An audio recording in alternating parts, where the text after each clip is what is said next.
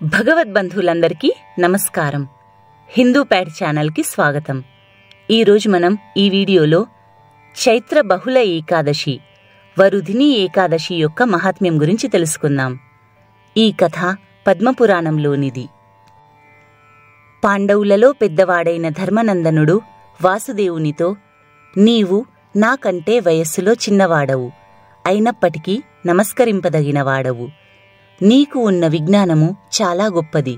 అందువలన నిన్ను అడుగుతున్నాను, చైత్రమాసంలోని కృష్ణపక్షంలోని ఏకాదశి యొక్క పేరేంటి? దాని మహిమ ఎటువంటిది? అదంతా నాయందు దయ ఉంచి వివరంగా చెప్పండి అని ప్రార్థించాడు. ధర్మరాజు యొక్క వినయ విధేయతలకు శ్రీకృష్ణుడు ఆనందించాడు. ధర్మరాజా, చైత్రమాసంలో కృష్ణపక్షంలో వచ్చే ఏకాదశికి వరుధిని అనే పేరు ఉన్నది. ఈ వరుధిని ఏకాదశి తిథి ఈ లోకమునందు పరలోకమునందు కూడా సౌభాగ్యమును ప్రసాదిస్తుంది అని పేరు పొందింది. ఈ వరుధిని ఏకాదశి తిథి నాడు వ్రతమును ఆచరించుట వలన సుఖము కలుగుతుంది, పాపములన్నీ నశిస్తాయి, సౌభాగ్యము లభిస్తుంది. దౌర్భాగ్యవంతురాలైన స్త్రీ ఈ వ్రతమును ఆచరిస్తే సౌభాగ్యమును పొందుతుంది. లోకమునందలి వారికందరికీ ఈ ఏకాదశి భుక్తిని ముక్తిని కూడా ప్రసాదిస్తుంది. మానవుల యొక్క సమస్త పాపములను పరిహరిస్తుంది. గర్భమునందు ఉండు దుఃఖమును పోగొడుతుంది. పుట్టుకలేని స్థితిని కలిగిస్తుంది. ఈ వరుధిని ఏకాదశి వ్రత ప్రభావం వల్లనే మాంధాతా చక్రవర్తి స్వర్గమును పొందాడు. దుందుమారుడు మొదలైన మహారాజులు చాలామంది మాంధాతా వలె స్వర్గాన్ని పొందారు. ఈ వరుధిని ఏకాదశి వ్రత ప్రభావం వల్లనే పరమశివుడు కూడా తన చేతికి అంటుకొని ఉన్న బ్రహ్మదేవుని కపాలము నుండి విముక్తిని పొందాడు.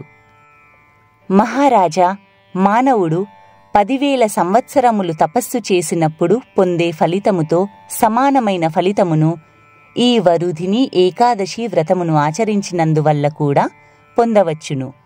సూర్యగ్రహణ సమయంలో కురుక్షేత్ర మహాప్రదేశంలో తన బరువుతో సమానమైన బంగారమును దానము చేసిన మానవుడు ఎంత ఫలితమును పొందుతాడో అంతటి ఫలితమును ఈ వరుధిని ఏకాదశి వ్రతం కూడా ప్రసాదిస్తుంది. శ్రద్ధతో కూడిన మానవుడు ఈ వ్రతమును ఆచరిస్తే ఈ భూలోకంలో తాను కోరిన కోరికను పొందగలడు. ఈ వరుధిని ఏకాదశి వ్రతము మిక్కిలి పవిత్రమైనది. తనను ఆచరించిన వారిని పవిత్రులను చేస్తుంది. మహాపాతకములను నశింపచేస్తుంది. భుక్తి ముక్తులను రెండింటినీ ప్రసాదిస్తుంది.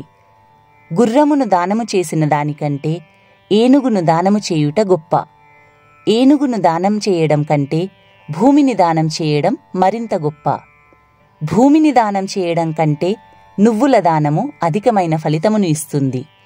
నువ్వులను దానం చేయడం కంటే బంగారమును దానం చేయడం గొప్ప. బంగారం కంటే అన్నం దానం చేయడం ఇంకా గొప్ప. అన్నదానం కంటే గొప్పది ఈ లోకంలో ఇంకేమీయూ లేదు, ఇక ముందు ఉండబోదు. మహారాజా, అన్నదానం వల్ల పితృదేవతలకు, స్వర్గలోకమునందుండు దేవతలకు, మానవులకు అందరికీ తృప్తి కలుగుతుంది. అన్నదానంతో సమానమైన ఫలితం కలది కన్యాదానము అని పెద్దలు చెప్తారు. గోవును దానం చేస్తే కన్యాదానము చేసినంత ఫలితమును ఇస్తుందని భగవంతుడే స్వయంగా చెప్పాడు. పైన చెప్పిన ఈ దానములన్నింటికంటే విద్యాదానము మరింత గొప్పది. అంత గొప్పదైన విద్యాదాన ఫలితమును మానవుడు ఈ వరుధిని ఏకాదశి వ్రతమును ఆచరించినందువల్ల పొందవచ్చును. పాపముచే వ్యామోహములో పడిన మానవులు తమ కుమార్తెలను అమ్మగా వచ్చిన ద్రవ్యముతో జీవిస్తుంటారు. అటువంటి వారు ప్రపంచము ఉన్నంతవరకు నరకంలో పడి మహాబాధలను అనుభవిస్తారు. కనుక ఏ కారణం చేత కూడా కూతురి వద్ద నుండి ధనమును తీసుకోకూడదు. లోభము వలన ఏ మానవుడైనను తన కుమార్తెను అమ్మి ధనమును స్వీకరిస్తే అతడు తరువాత జన్మలో పిల్లిగా పుడతాడు. ఇందులో ఏమీ సందేహం లేదు. ముమ్మాటికి ఇది నిజము. కన్యను బంగారు ఆభరణములతో అలంకరించి తన శక్తి కొద్దీ కట్నమును కానుకలను ఇచ్చి దానము చేసిన వ్యక్తికి కలిగే పుణ్యమును లెక్కపెట్టడానికి చిత్రగుప్తుడు కూడా సమర్థుడు కాడు. అటువంటి సాలంకృత కన్యాదానమును చేసినందువల్ల కలిగే పుణ్యమును మానవుడు వరుధిని ఏకాదశి వ్రతమును ఆచరించినందువల్ల పొందుతున్నాడు. మహారాజా, ఏకాదశి వ్రతము చెయ్యు మానవుడు దశమి నాడు 10 వస్తువులను వదిలిపెట్టాలి.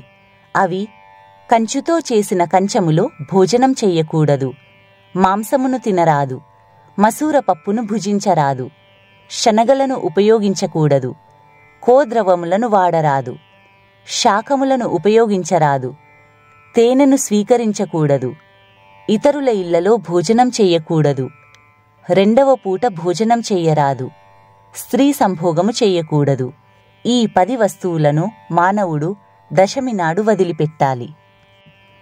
ఏకాదశి నాడు 11 వస్తువులను విడిచిపెట్టాలి.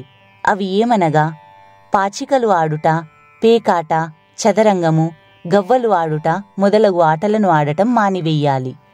నిద్రపోకూడదు, తాంబూలమును వేసుకోకూడదు, పుల్లతో పండ్లు తోమకూడదు, ఇతరులపై నేరములు నిందలు మోపకూడదు, ఇతరులపై చాడీలు చెప్పకూడదు, దొంగతనము చెయ్యకూడదు, ఏ విధమైన హింసను చెయ్యకూడదు, స్త్రీ సంగమమును వదిలిపెట్టవలెను. జూదము అనగా ఇంటిలోనూ బయట ప్రదేశంలోనూ ఆడు ఆటలను రెండింటినీ విడిచిపెట్టవలెను. పతితులతో మాట్లాడకూడదు, కోపగించుకొనకూడదు, అబద్ధము చెప్పరాదు. ఇంకను కంచు పాత్రలో భోజనము చెయ్యుట మానవలెను.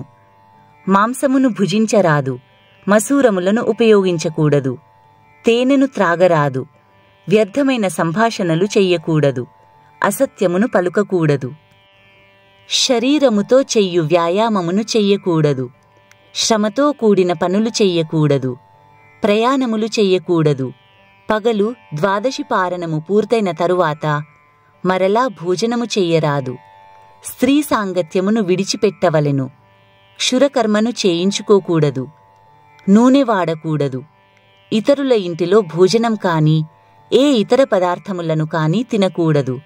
ఈ 12 పనులను ఏకాదశి ఉపవాసమున్నవారు ద్వాదశి నాడు చెయ్యకూడదు.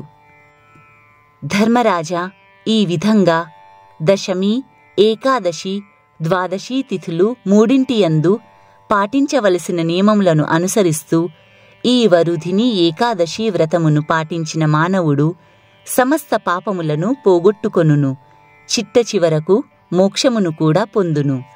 రాత్రి సమయమున జాగరణ చేస్తూ ప్రతి యామమునందు అనగా 3 గంటలకు ఒకసారి జనార్దనుణ్ణి భక్తి ప్రపత్తులతో పూజిస్తూ కాలక్షేపం చెయ్యాలి. అలా చేసిన మానవులు సమస్త పాపముల నుండి విముక్తులవుతారు. శ్రేష్టమైన జ్ఞానమును మోక్షమును కూడా పొందుతారు. పాపమంటే భయపడేవారు ఆ భయమును పాపమును పాపఫలమును పోగొట్టుకొనదలచిన మానవుడు ఈ వరుధిని ఏకాదశి వ్రతమును తప్పక చెయ్యవలెను. ఈ వరుధిని ఏకాదశి వ్రతం యొక్క మహాత్మ్యమును చదివినందువలన విన్నందువలన మానవులు 1000 గోవులను దానం చేసిన ఫలితమును పొందుతారు. సర్వ పాపముల నుండి విముక్తిని పొందుతారు. వైకుంఠలోకమునందు మహావైభవంగా నివసిస్తారు.